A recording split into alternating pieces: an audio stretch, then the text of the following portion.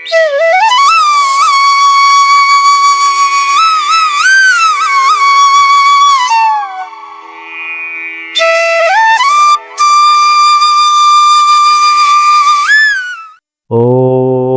नमः श्री यतिराजाय विवेकानंद सूरय सच्चित सुख स्वरूपाय स्वामिने तापहारिणे।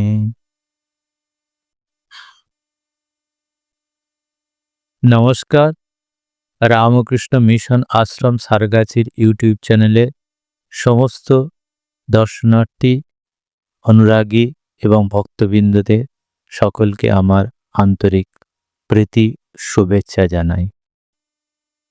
আমাদের স্বামী বিবেকানন্দের কর্মযোগ থেকে কর্তব্য কি এই প্রশ্ন চলছিল।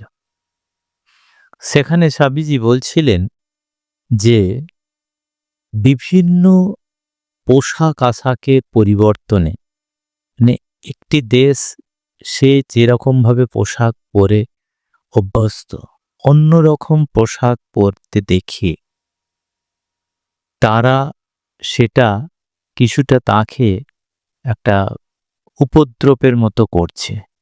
এইটা দেখে স্বামীজি কিরকমভাবে করেছিলেন, স্বামীজির এই আলখাল্লা পোশাক পরিহিত সেটা দেখে সেখানকার আমেরিকানরা তাকে পিছন থেকে টেনেছে, ধাক্কা মেরেছে এরকমভাবে। যখন স্বামীজি ইংরেজি জানেন, এইটা বুঝতে পারেন, তখন আমতা আমতা করে জিজ্ঞেস করছে যে আপনি কেন এরকম পোশাক পরেছেন। মানে লোকটা একটা ভদ্রলোক, লোকটা একটি ভালো পিতা, লোকটা একটি ভালো মানে মানুষ হতে পারে, কিন্তু অন্যের মানে নিজের যেটা অভ্যস্ত সেইটার বাদে অন্য কিছুকে সে সহ্য করতে পারছে না, সেটা একটা গোঁড়ামি।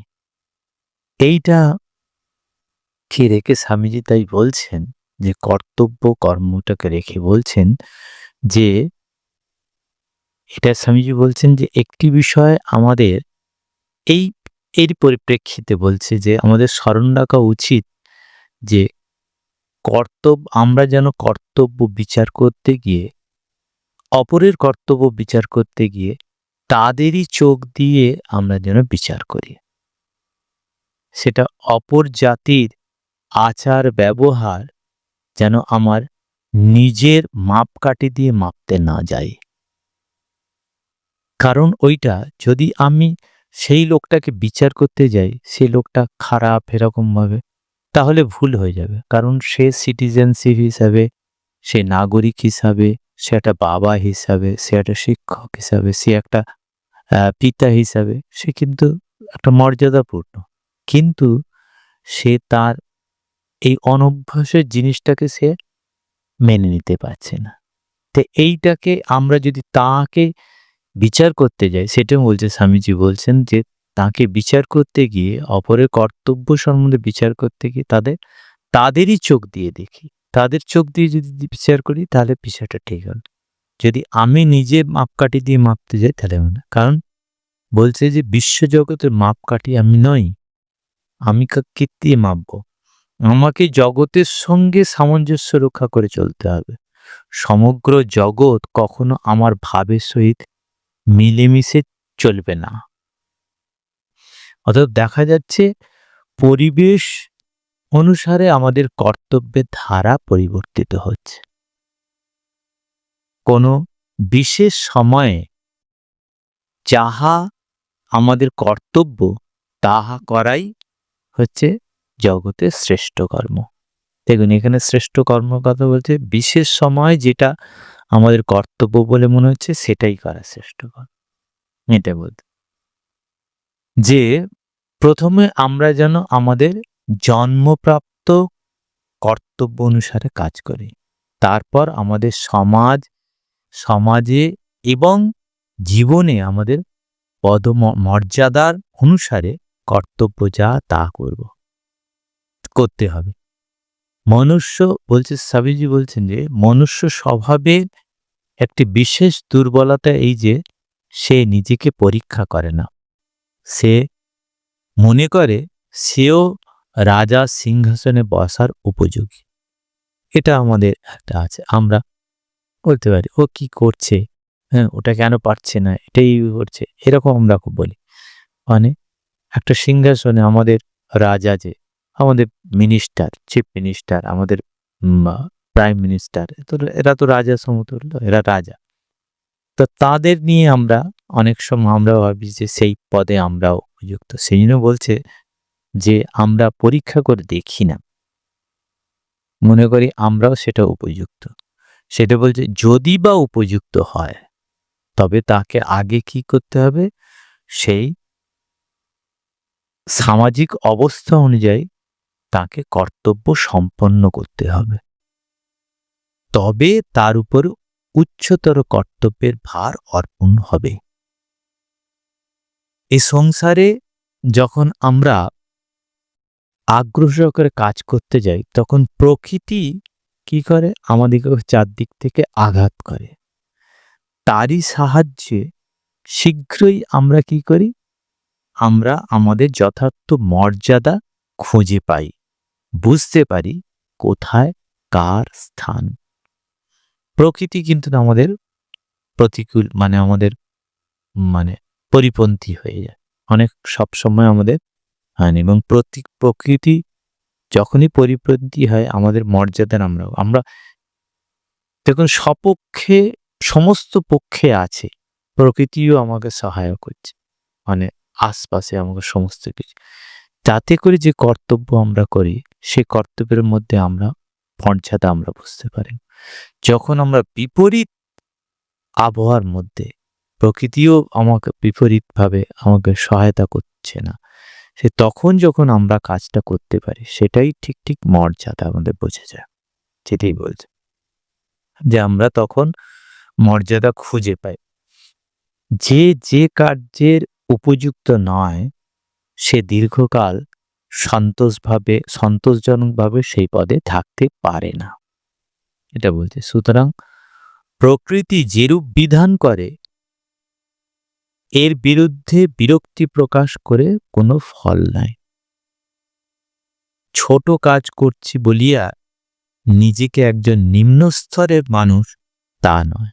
আমরা অনেক সময় ছোট কাজ করছি বলে মনে হচ্ছে আমি খুব হীনমন্য, আমি কাজ করতে ছোট কাজ আমি একটা প্রাইভেট সেক্টরে কাজ করি, একটা ছোট কাজ, ও একটা হাইফাই বড় হচ্ছে কি যে কি বলে অফিসে কাজ করে, মানে সরকারি অফিসের কাছে ও বড় না। কাজ এভাবে বিচার করা হয় না। কর্তব্যটা কিরকম বলছে, যে শুধু কর্তব্যের প্রকৃতি দেখে কাহারও বিচার করা উচিত নয়, যে যেভাবে সেই কর্তব্য নিষ্পন্ন করে তা দ্বারাই তাকে বিচার করা।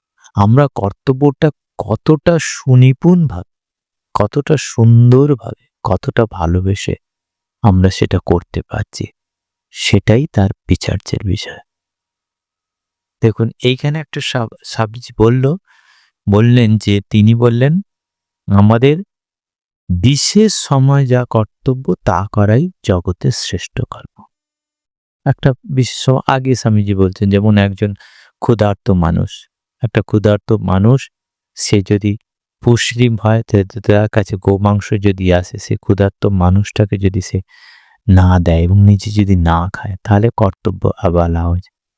আবার যদি হিন্দু সেটাকে যদি খায় তাহলে সেটাকে বা খেতে দেয়, সেটাকেও কর্তব্য। তাহলে বিশেষ সময়ে যে কর্তব্য আসে সেই কর্তব্যটাই পালন করাই শ্রেষ্ঠ। এবারে বলছে স্বামীজি বলছেন আমরা পরে দেখব, স্বামীজি বলছেন পরে দেখব কর্তব্যের এ ধারণাও পরিবর্তিত হচ্ছে। এই যে আমরা এতক্ষণ কর্তব্যের কথা যেটা বললাম সে ধারণাটা পরিবর্তন হচ্ছে। কিরকম বলছে, যে যখন কর্মের পশ্চাতে স্বার্থ প্রেরণা থাকে না তখনই মানুষ শ্রেষ্ঠ কর্মকার দেখুন করতে পারে। আমরা এর আগে বললাম যে একজন সে বিশেষ সময় যে কর্তব্য সেই কাজটা করাই তার কাছে শ্রেষ্ঠ কর্ম। আর এখানে বলছেন যে কর্তব্য করছে সে তার মধ্যে যখন স্বার্থ প্রেরণা থাকে না, মানে নিঃস্বার্থভাবে কাজ করে, তখনই সেটা শ্রেষ্ঠ কর্মে পরিণত হয়। কিন্তু আমরা কর্তব্য ছাড়া কি কর্ম করি? করি না। কর্তব্যের মধ্যে দিয়ে আমরা করি। এই কর্তব্য কর্মের মধ্যে দিয়ে আমাকে কিন্তু অতিক্রম করতে হবে। সেজন্য বলছে, স্বামীজি বলছেন যে কর্তব্য জ্ঞানে কৃতকর্মই আমাদিগকে কর্তব্য জ্ঞানের অতীত কর্মে নিয়ে যায়। দেখুন, কর্তব্যই আমাকে কর্তব্য কর্ম করতে করতেই আমাকে সেটা অতীতে নিয়ে যাবে। তখন কর্ম কি হবে? উপাসনায় পরিণত হয়। শুধু তাই নয়, তখন কেবল কর্মের জন্যই কর্ম অনুষ্ঠিত হয়ে থাকে। এই কর্মের জন্যই কর্ম অনুষ্ঠিত, এটাই উপাসনা। এটাই উপাসনা। তবে এটা আদর্শ মাত্র, ওটা লাভ করার উপায় এই কর্তব্য। আমরা দেখব কর্তব্যের তত্ত্ব, নীতি বা প্রেম যে কোনো রূপেই প্রকাশিত হোক না কেন, এটা অন্যান্য যোগের মতোই।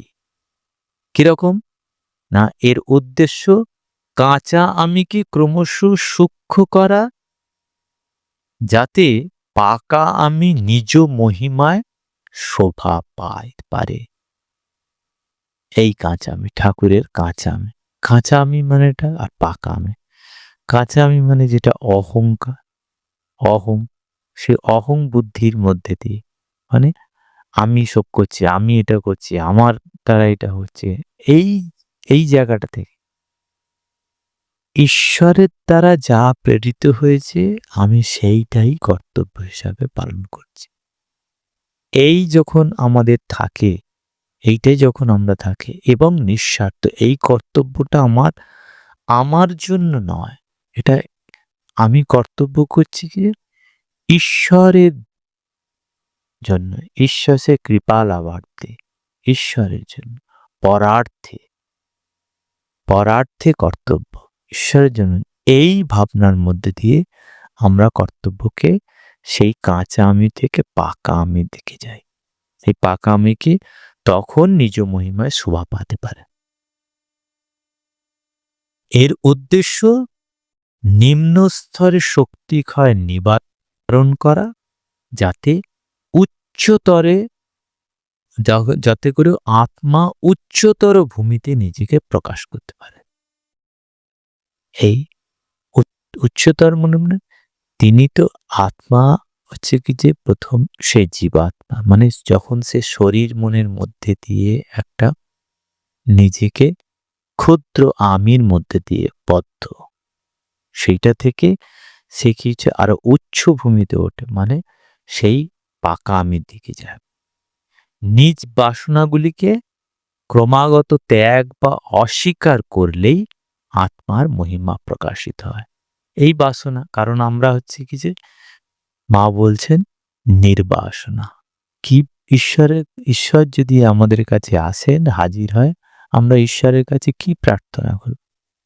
বলবো ধন দাও, দৌলত দাও, আমার আয়ু দাও, আমাকে নিরোগ করো, এই সমস্ত না। কি না, নির্বাসনা। এই বাসনাই আমাদের হচ্ছে পুনঃ জন্মের কারণ। পুনঃ আমরা বারবার সেই কর্মের মধ্যে আবদ্ধ হচ্ছি, বারবার আমরা সেই জন্ম মৃত্যুর চক্রের মধ্যে আবদ্ধ হচ্ছি। এর একমাত্র হচ্ছে কি, সেইটা নির্বাসনা, মানে বাসনা থেকে মুক্ত, বাসনা ত্যাগ। এই হচ্ছে যোগের, তাই বলছে যোগের প্রথমে বলছে চিত্তবৃত্ত নিরোধ, সমস্ত বৃত্তি যখন নিরোধ, স্থিতি হয়ে যায়, একদম স্থিমিত হয়ে যায়, স্বচ্ছ, মানে কোনো তরঙ্গ আর থাকে না, বৃত্তির তো কোনো তরঙ্গ থাকে না, তখন আমাদের চিত্ত হ্রদের মধ্যে একদম বিস্তরঙ্গ অবস্থায় আমরা তখন আমাদের সেই যে সৎ, সেটাই প্রকাশিত হয়। সেটাই বলছেন। যে নিজ বাসনাগুলিকে ক্রমাগত ত্যাগ বা অস্বীকার করলেই আত্মার মহিমা প্রকাশিত হয়।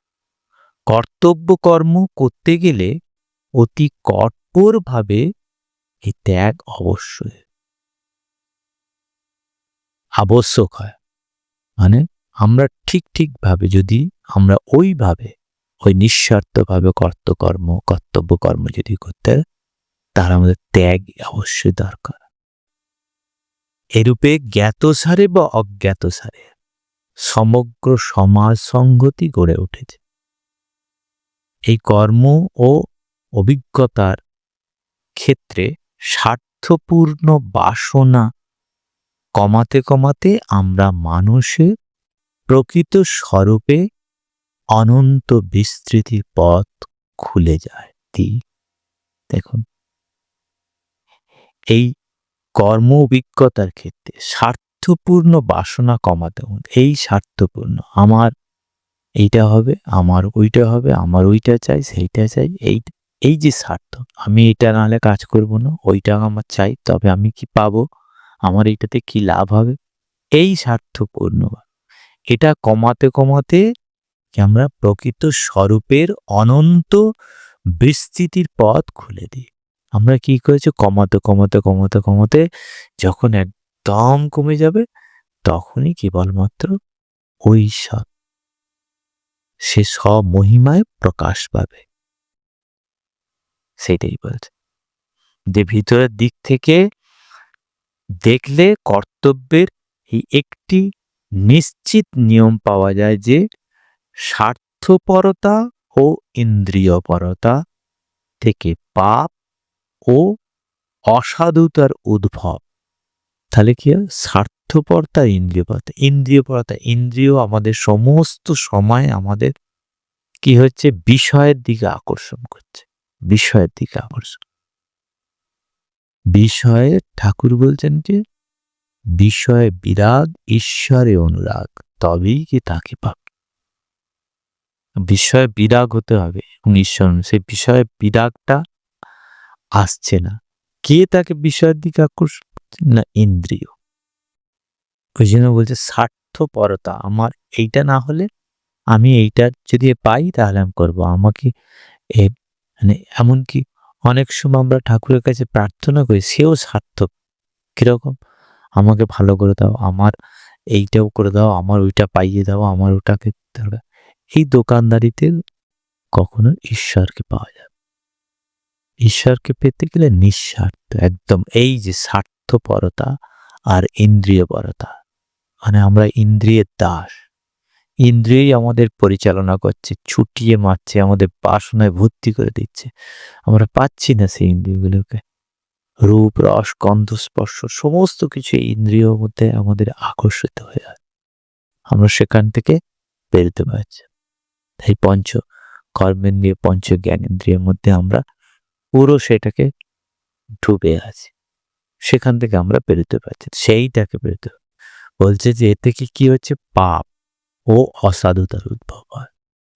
যে যত বেশি ইন্দ্রিয় পালন মধ্যে আমরা কি হচ্ছে, আমরা যখন নিঃস্বার্থপর হব, আমরা যখন পরার্থে কর্ম করব, তখন আমরা কি হচ্ছে, নিজের শরীরের কোনো রকম একটুখানি কিছু দরকার হয় রাখার জন্য, ওইটুখানি, বাকি আর কিছু থাকে না।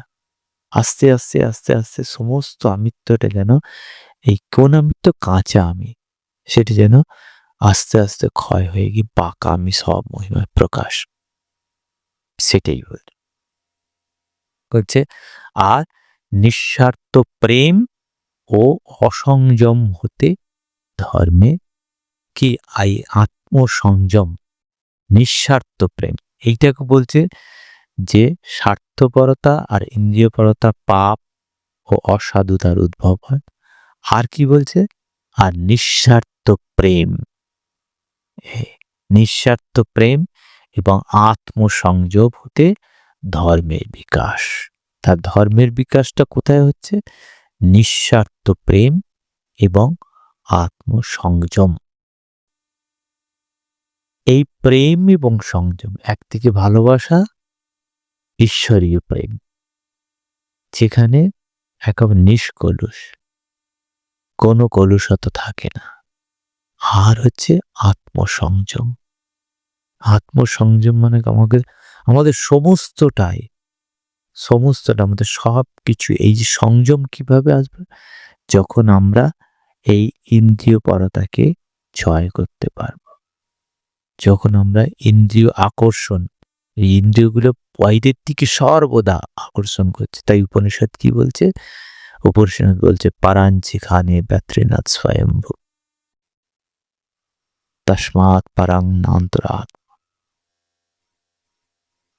সেই যেন আমাদের এগুলো, ইন্দ্রিয়গুলো যেন বহির দিকে সবসময় আকর্ষণ করছে, বাইরের দিকে ছিটকে যাচ্ছে, যেন স্বয়ং ঈশ্বর যেন সেইভাবে সৃষ্টি করে। ওইগুলোকে সংযম করতে হবে। সংযমই একমাত্র ব্রহ্মচর্য। আমাদের সমস্ত, আমরা আহার সংযম করতে হবে, জীবের সংযম, কথা বলার সংযম করতে হবে, দৃষ্টির সংযম করতে হবে, গ্রহণের সংযম করতে হবে, শ্রবণের সংযম করতে হবে, সমস্ত দিক দিয়ে সব। অসংযমের ক্ষেত্রে কখনো হবে না। সত্য তার কাছে প্রকাশ করবে, ধর্মের প্রকাশ হবে কার কাছে? যিনি আত্মসংযম, নিঃস্বার্থ প্রেম, ঠাকুরের প্রেম। ঠাকুর বলছেন, ঠাকুর কার সঙ্গে কথা বলেন? তার প্রেম। তিনি কেশবচন্দ্রের জন্য কাঁদছেন, তিনি স্বামীজির, বিবেকানন্দ, নরেন্দ্রনাথের জন্য কাঁদছেন, বাবুরামের জন্য কাঁদছেন, তিনি বা হরি মহারাজের জন্য কাঁদছেন, তিনি কালী মহারাজের জন্য কাঁদছেন। কেন? কারণ হচ্ছে তারা যে নিঃস্বার্থ প্রেমিক, তারাও। সেই জন্য ঠাকুর তাদের ঘরে, তাদের সঙ্গে এত ভালোবাসা, এই প্রেম,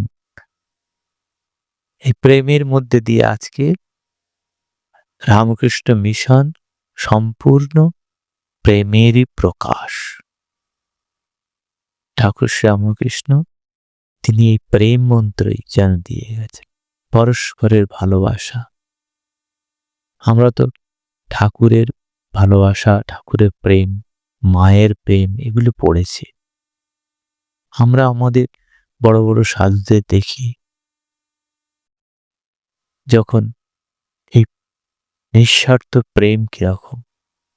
আমরা দ্বাদশ প্রেসিডেন্ট মহারাজ শ্রীমৎস্বামী ভূতেশানন্দজি মহারাজ, এত একটা প্রেম, এত আকর্ষণ। আমরা প্রণামের সময় সকালবেলা দৌড়তে দৌড়তে যেতাম, গিয়ে একটু তার ওই ওই সুন্দর ওই প্রেমের কথাগুলো শুনব। কি সুন্দর তার কথা, প্রত্যেকটা কথার মধ্যে যেন প্রেম ঝরে পড়ছে, নিঃস্বার্থ প্রেম। সেখানে তার কোনো স্বার্থ নেই। কি সুন্দর কথা। আমরা আমরা তো ঠাকুরের পড়াশোনা পড়ার মধ্যে দিয়ে বুঝছি, কিন্তু তার এই সন্ন্যাসীদের দেখলেই বোঝা যায় যে কত প্রেমের মধ্যে দিয়ে তাদের সঙ্গ গঠন করে। আজও প্রেসিডেন্ট মহারাজ যখন এসছিলেন এখানে, আমরা দেখলাম কি প্রেম, সবাইকে সুন্দর করে ভালোবাসা দিয়ে প্রত্যেককে আশীর্বাদ করছে। এই প্রেম আছে বলেই না আমাদের মিশন আজও পর্যন্ত তার সব মহিমায় যেন প্রকাশিত, সেটা বলছে।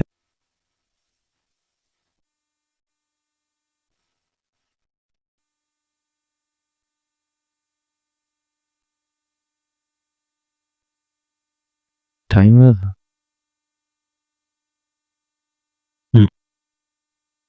কর্তব্য বিশেষ রুচিকর নয়, একটা কথা। কর্তব্যটা সবসময় রুচিকর হয় না। প্রেম কর্তব্য চক্রকে স্নেহসিক্ত করলে তবেই ওটা বেশ সহজভাবে চলতে থাকে, নতুবা কর্তব্য ক্রমাগত সংঘর্ষ। এই যে বলছেন একটা, কিসের না, প্রেম কর্তব্য চক্রকে স্নেহসিক্ত করলে, প্রেমের দ্বারা স্নেহসিক্ত করতে, তবে গিয়ে সেই কর্তব্যটা, না হলে কর্তব্যটা একটা কি হয়েছে, সংঘর্ষ।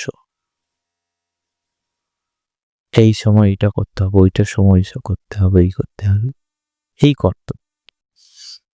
অন্যথা কিভাবে পিতা মাতা সন্তানের প্রতি, সন্তান পিতা মাতার প্রতি, স্বামী স্ত্রীর প্রতি এবং স্ত্রী স্বামীর প্রতি কর্তব্য পালন করতে পারে? যদি প্রেম যদি না থাকে কিভাবে পারে? আমরা কি জীবনের প্রতিদিনই সংঘর্ষের সম্মুখীন হচ্ছি না? প্রেম মিশ্রিত হইলে কর্তব্য রুচিকর হয়। এই কর্তব্য, এই যে পিতা মাতার, মাতা সন্তানের হচ্ছে কি যে সন্তান সন্ততির প্রতি, মা ছেলের প্রতি, ছেলে মায়ের প্রতি, বাবা ছেলের প্রতি, বাবা ছেলে বাবার প্রতি, প্রত্যেকের যে পরস্পরের প্রতি কর্তব্য, সেই কর্তব্যটা কি? সেই কর্তব্যটা কখন হয় ভালো? সেই কর্তব্যটা বলছেন যে যখন প্রেম মিশ্রিত হয় তখনই রুচিকর হয়। প্রেম আবার কেবল স্বাধীনতাতেই তৃপ্ত হয়, কিন্তু স্বাধীনভাবে করলে, প্রেমটাও স্বাধীন। সে বলছে কিন্তু ইন্দ্রিয়ের দাস, ক্রোধের দাস, ঈর্ষার দাস, আরো শত শত ছোট ছোট ঘটনা জীবনে প্রত্যহ ঘটবে। সেইগুলির দাস হয় কি স্বাধীনতা? এখন স্বাধীনতা শব্দে বলছে যে যে প্রেম কেবল স্বাধীনতাতেই দীপ্তি পায়। তো স্বাধীনতাটা কি? আমরা তো ইন্দ্রিয়ের দাস, ক্রোধের দাস। ক্রোধ হয়ে গেলে, আমরা রেগে গেলে আমরা সেই মতো ভাবেই ব্যবহার। ক্রোধের ঈর্ষার দাস, ওর ওটা পেয়ে গেছে, ও একটা ভালো চাকরি পেয়েছে, ও একটা গাড়ি করেছে, ও একটা বাড়ি করেছে, এই ঈর্ষা। আমি কিছু করতে পারিনি, ঈর্ষা। তো বলছে কি যে শত শত ছোট ছোট ঘটনা জীবনে প্রত্যহ ঘটবে, সেগুলির দাস হয় কি স্বাধীনতা? জিজ্ঞাসা করছে। আমরা জীবনে যেসব ছোটখাটো রূঢ় সংঘর্ষের সম্মুখীন হই, ওইগুলি সহ্য করার স্বাধীনতার সর্বোচ্চ অভিব্যক্তি। হ্যাঁ, এগুলোকে কি হতো? আমরা সহ্য করতে হবে, সহ্য করতে হবে বলছে। নারীগণ নিজেদের ঈর্ষাপূর্ণ খিটখিটে মেজাজের দাস হয়ে স্বামীর উপর দোষারোপ করে, দেখুন, এবং মনে করে তারা যেন নিজেদের স্বাধীনতা জাহির করতেছে। সে খিটখিটে হয়েছে, তার দোষারোপ করছে স্বামীর উপর, সে স্বাধীনতাটা জাহির করছে। আবার দেখুন, তারা জানে না যে ওইরূপে তারা নিজেদের দাসী বলেই প্রতিপন্ন করছে। কারণ সে যে কাঙাল, তার কাছে পাওয়ার জন্য কিছু, সেইটাই সেই জিনিসটাই সে নিজেকে ভাবছে কি যে আমি স্বাধীন না। এই বলছে যে যে সকল স্বামী সর্বদাই স্ত্রীর দোষ দেখে, তাদের সম্বন্ধে একই কথা। পবিত্রতা রক্ষা করাই পুরুষ ও স্ত্রীর প্রথম ধর্ম। দেখুন, পবিত্রতা রক্ষা করতে এমন মানুষ নাই বললেই হয়, তা সে যতদূর বিপদগামী হোক না কেন, যাকে নম্রা প্রেমিকা সতী স্ত্রী সৎপথে ফিরিয়ে আনতে না পারে। সতী স্ত্রী যদি হয়, স্বামী যেরকমই হোক না কেন তাকে সৎপথে ফিরিয়ে আনবে। এই হচ্ছে কিছু সতীর আমাদের ডেফিনেশন। কেন আমরা সতী বলি? যে সতী মানে হচ্ছে তার পতি ছাড়া আর কোনো কিছু, তার অন্য কোনো দিকে মন নেই, সেই সতী নারী কথা বলছে।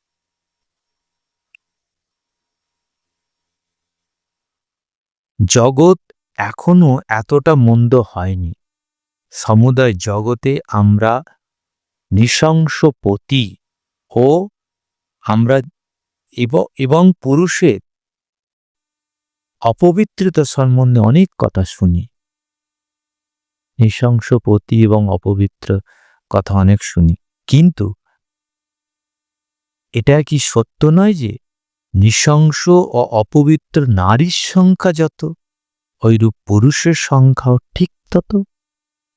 এটা বলছে যে যতটা আমরা পুরুষকে যেভাবে বলছি, নারীরও ঠিক তত নিশ্চয়। নারীগণ সর্বদা যেরূপ সগর্বে বলেন এবং তা শুনিয়ে লোকে যেরূপ বিশ্বাস করে, যদি সকল নারী সেরূপ সৎ ও পবিত্র হতেন, তবে আমি নিঃসংশয়ে বলতে পারি পৃথিবীতে একটিও অপবিত্র পুরুষ থাকতো না। দেখুন, তাহলে যদি বলছেন যে নারী যদি পবিত্র এবং সৎ হয়, তাহলে পুরুষও বলছেন, স্বামীজি বলছেন, নিঃসংশয় বলছে যে পুরুষ অটোমেটিক্যালি সে একেবারে পবিত্র হবে, সে জায়গায় আসবে। এমন পাশব ভাব কি আছে যা পবিত্রতা ও সতীত্বতা জয় করতে পারে না? সতীত্ব জয় করতে পারে না, এরম পাশব আছে? স্বামীজি বলছে যে কল্যাণী সতী নিজ স্বামী ব্যতীত সকল পুরুষকেই পুত্রের মতো দেখেন এবং তাদের প্রতি জননী ভাব পোষণ করেন, তিনি পবিত্রতার শক্তিতে অতিশয় উন্নত হন। এমন পুরুষ প্রকৃতি, এমন পশু প্রকৃতি মানুষ একটিও নাই যে তার সমক্ষে পবিত্রতা হাওয়া অনুভব না করিবে। প্রত্যেক পুরুষই সেইরূপ নিজ পত্নী ব্যতীত অপরাপর নারীকে মাতা, কন্যা বা ভগিনী রূপে দেখবে। দেখুন, ওখানে বলছেন নারীকে, বলছেন কল্যাণী নারী সতী, সে স্বামী ব্যতীত সকল পুরুষকে কি করেছে? পুত্রের মতো দেখতে হবে, একদম মনে অন্য। এটাই হচ্ছে সতীর ডেফিনেশন। সে নিজ পতিকে বাদ দিয়ে সে প্রত্যেক পুরুষকে সে সন্তানের মতো দেখবে, যে পুত্রের মতো দেখবে, তাদের প্রতি জননী ভাব পোষণ করবে, তিনি জননী ভাব পোষণ করবে। তিনি পবিত্রতা শক্তিতে অতিশয় উন্নত হন। এই পবিত্রতার শক্তি, এমন পশু প্রকৃতির মানুষ একটিও নাই যে তার সমক্ষে পবিত্রতা হাওয়া অনুভব না করবে। দেখুন, পুরুষ যেমনই হোক না কেন, তার কাছে পবিত্রতা সে বজায় রাখবে। হাওয়াটা তার, সেই পবিত্র হাওয়াটা তার মধ্যে এসে সেও পবিত্রতা। এটাই কথা।